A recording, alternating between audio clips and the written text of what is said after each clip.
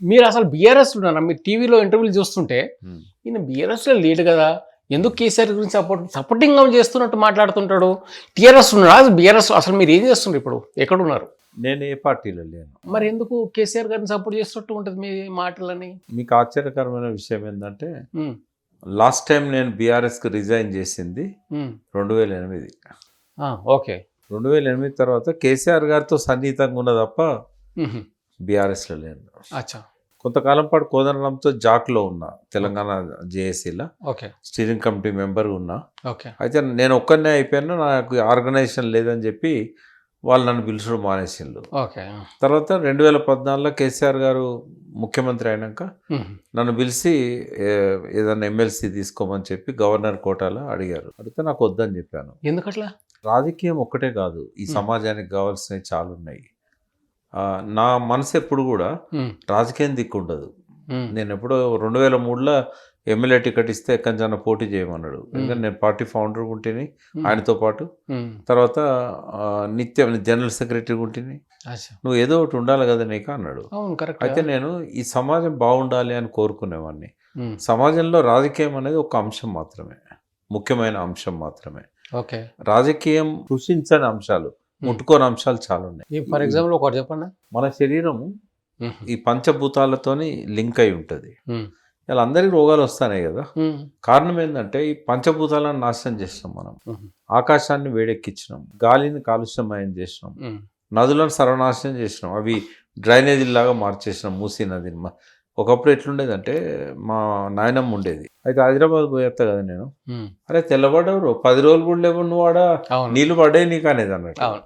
అంటే మూసీ నీళ్ళు అనేటివి ఉమ్, అనంతగిరి కొండల్లో ఉన్న మందు మొక్కల ఆయుర్వేదం వేర్లకెళ్ళి వస్తాయి.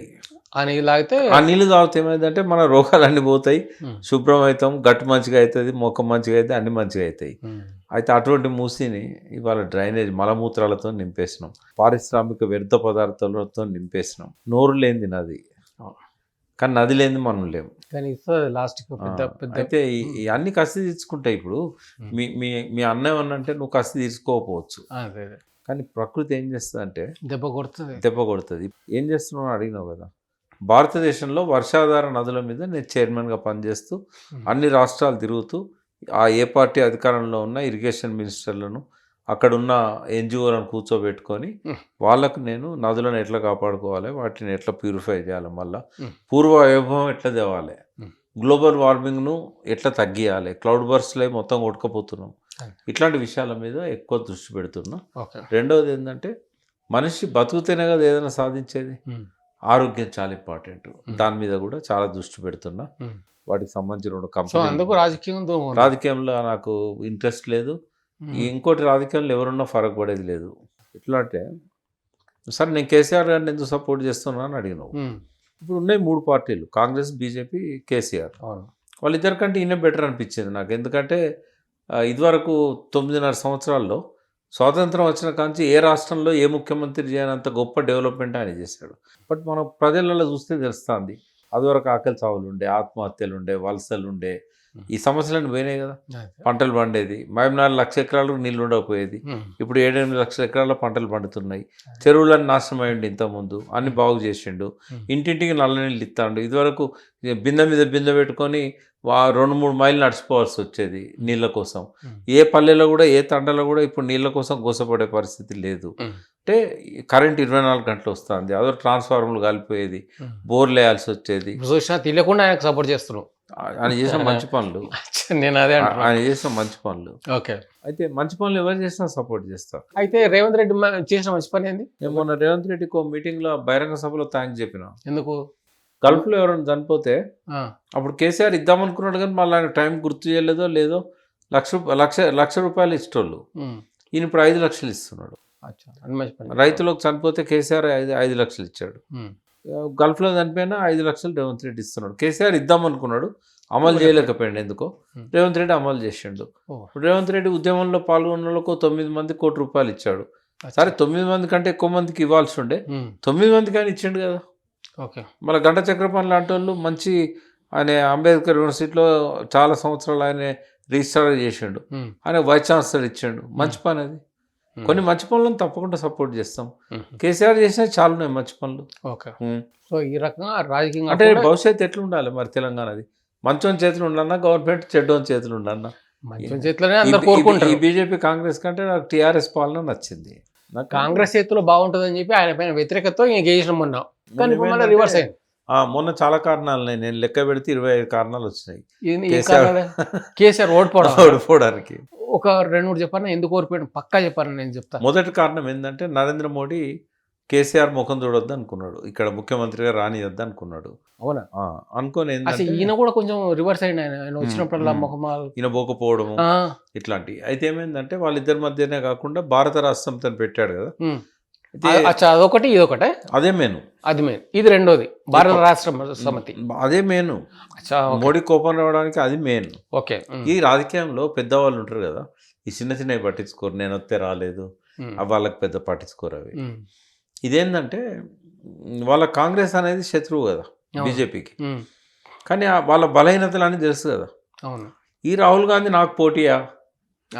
14 రాష్ట్రాల్లో కాంగ్రెస్ ఉండే, 2 రాష్ట్రాలకు పరిమితం చేసాడు మోడీ. నెక్స్ట్ అది 2 కూడా రావు. ఈ కర్ణాటక రాదు, తెలంగాణ రాదు, హిమాచల్ కూడా రాదు. అయితే ఆయనకు తెలిసిన శత్రువు కంటే తెలియని శత్రువు అంటే ప్రమాదం. ఎవరు తెలియని శత్రువు? దేశవ్యాప్తంగా కేసీఆర్ బయలుదేరిండు, మహారాష్ట్రలో అడ్డబెట్టిండు, నితీష్ను కలిసిండు, అఖిలేష్ను కలిసిండు. ఇక్కడ ఏదో మొదలవుతున్నది. ఈయనను కనుక నేను ఇక్కడ ఆపకపోతే ఈయన దేశమంతా విస్తరించేటట్టున్నాడు. ఇది కొత్త పాయింట్ ఉంది నాకు. ఈవెన్ కేసీఆర్ గారు కూడా గెజ్జేయలే. ఏమైందంటే ఆయన ఒక 5-6 నెలల ముందు నుంచే కేసీఆర్ రానియొద్దంటే ఏం చేయాలి. అయితే బీజేపీని అడిగిండు, మనకి ఎన్ని సీట్లు వస్తాయి, ఎన్ని సీట్లలో పోటీ చేస్తాం, మన బలం ఎంత అని. అంటే వాళ్ళ సర్వే టీం ఏం చెప్పిందంటే మ్యాక్సిమం ఒక 35-40 సీట్ల కంటే ఎక్కువ మనం పోటీ ఇవ్వలేము, గెలిచేటి మనం బాగా కష్టపడితే ఒక 15 వస్తాయి, అంత మించి రావు. అయితే ఆయన ఏమనుకున్నాడంటే 45 సీట్లలో కనుక పోటీ ఇస్తే 3 పార్టీలు చీలుతాయి కదా. అవును, చీలినప్పుడు కేసీఆర్కు వ్యతిరేకమైన ఓటు చీలిపోద్ది కదా. చీలిపోతే కేసీఆర్ గెలుస్తాడు కదా. ఇప్పుడు బీజేపీ ఇప్పుడు ఉదాహరణకు ఒక కాన్స్టిట్యున్సీ ఉన్నది, ఇదే జూబ్లీహిల్స్ కాన్స్టిట్యున్సీలో కాంగ్రెస్కు ఒక 30 ఓట్లు ఉన్నాయి, 30% ఓట్లు ఉన్నాయి. బీజేపీకి ఒక 30% ఉన్నాయి, 60 అయినాయి. కేసీఆర్కు ఓ 40 ఉన్నాయి. ఇప్పుడు మీరిద్దరు చీలిపోయాను అనుకో, కేసీఆర్ గెలుస్తాడు. ఒకవేళ బీజేపీ ఒక డబ్బిని పెట్టి ప్రచారమే చేయలేదనుకో, కేసీఆర్ మీద వ్యతిరేకమైన ఓటు ఏదైతే 60% ఉన్నదో అది వరకు 30-30 అయింది కదా. ఇప్పుడు ఏమవుతుంది, 50-10 అవుతుంది. అంటే కేసీఆర్కి వచ్చే 40 కంటే ఈ వ్యతిరేకమైన ఓట్లు ఎక్కువైతాయి కదా. వ్యతిరేకులు ఏం చేస్తారంటే ఇప్పుడు ఎవరు కేసీఆర్ని ఓడిస్తారో వాళ్ళకు ఓటేస్తారు. ఎందుకంటే కేసీఆర్ అంటే వాళ్ళకి నచ్చదు. ఇద్దరు పంచుకునేటివి ఒక్కరికి పోయినాయి అనుకో, ఆడ గెలిచేది ఎవరు? ఆ ఒక్కరు. కేసీఆర్ గెలవడు. ఇట్లా ఏం చేసిందంటే ఒక 40-45 కాన్స్టిట్యున్సీలలో 1 సైడ్ ముఖాముఖి పోటీలు ఉంటట్టు మోడీ ఏం చేసిండు, బీజేపీని వెనుకకు లాగిండు. దీనికి సాక్ష్యం చెప్పనా, బండి సంజయ్ బీజేపీ ప్రెసిడెంట్గా అట్లే ముందుకు పోతే బలం పెరిగేదా పెరిగేది. మంచి ఊపులో ఉన్నప్పుడు వెనుకకి ఎందుకు లాగిండు? అదే అర్థం కాదు ఎప్పుడు దీనికోసం. ఎందుకంటే ఆయన ఎంత దూకుడుగా పోతే ఓట్లు అంతా చీలిపోతాయి. కేసీఆర్ వ్యతిరేక ఓటు అంత చీలిపోతుంది. రాజకీయాలు ఎట్లా మన బలంతో గెలిచే పరిస్థితులు కాదు, అవతల చీలిపోవాలి, శత్రువును బలహీనపరచాలి. అయితే అది మోడీ చేయగలిగిండు, చేసి ఒకటి చేసిండు. కేసీఆర్ ఏమో బలహీనపరచాలి శత్రువుని అనుకుంటాడు. ఎందుకంటే వ్యతిరేకత 60% ఉంది, అనుకూలత 40% ఉంది. ఈ 60 ఒక్క దిక్కు పోతే నేను ఓడిపోతాను కేసీఆర్ ఉంటుంది కదా, ఆ ఒక్క దిక్కు పోయేటట్టు మోడీ చేసిండు. వాళ్ళని చీల్చడానికి కేసీఆర్ ఏం చేయలేకపోయాడు. అట్లా మోడీ మొదటి కారణం. రెండవది ఎమ్మెల్యేల మీద కొంత వ్యతిరేకత ఉండడం. ఎవరికి ఉన్నారు? ఒక లోకల్ పీపుల్కి. ఒక ఎమ్మెల్యే ఉన్నాడు, ఆ ఎమ్మెల్యే మీద వాళ్ళకు వ్యతిరేకత ఉన్నది రకరకాల కారణాల వల్ల. మనం ఎమ్మెల్యే ఓడిస్తాం కదా అనుకున్నారు, కేసీఆర్ ఓడిస్తున్నాం అనుకోలేదు వాళ్ళు. చాలా మంది ఓడిపోయిన తర్వాత చెప్పిండ్రు, మేము మా ఎమ్మెల్యే మంచిగా లేడు, ఓడగొట్టాలనుకున్నాం కానీ కేసీఆర్ పోతారని మేము అనుకోలేదు. మూడవది రైతు బంధు లాంటి ఇవన్నీ కూడా ఎక్కువ ఇస్తానని చెప్పి రేవంత్ రెడ్డి ఆశలు పెట్టిండు. అది మూడవది. అంటే గెలిస్తే మనకు 2000 వస్తువులు పెన్షన్ 4000 వస్తుంది అనుకున్నాడు. 10,000 తేడా వస్తుంది. 5,000 రైతు బంధు 10,000 వస్తుంది అనుకున్నారు, 2 లక్షలు రుణమాఫీ అయిద్ది అనుకున్నారు.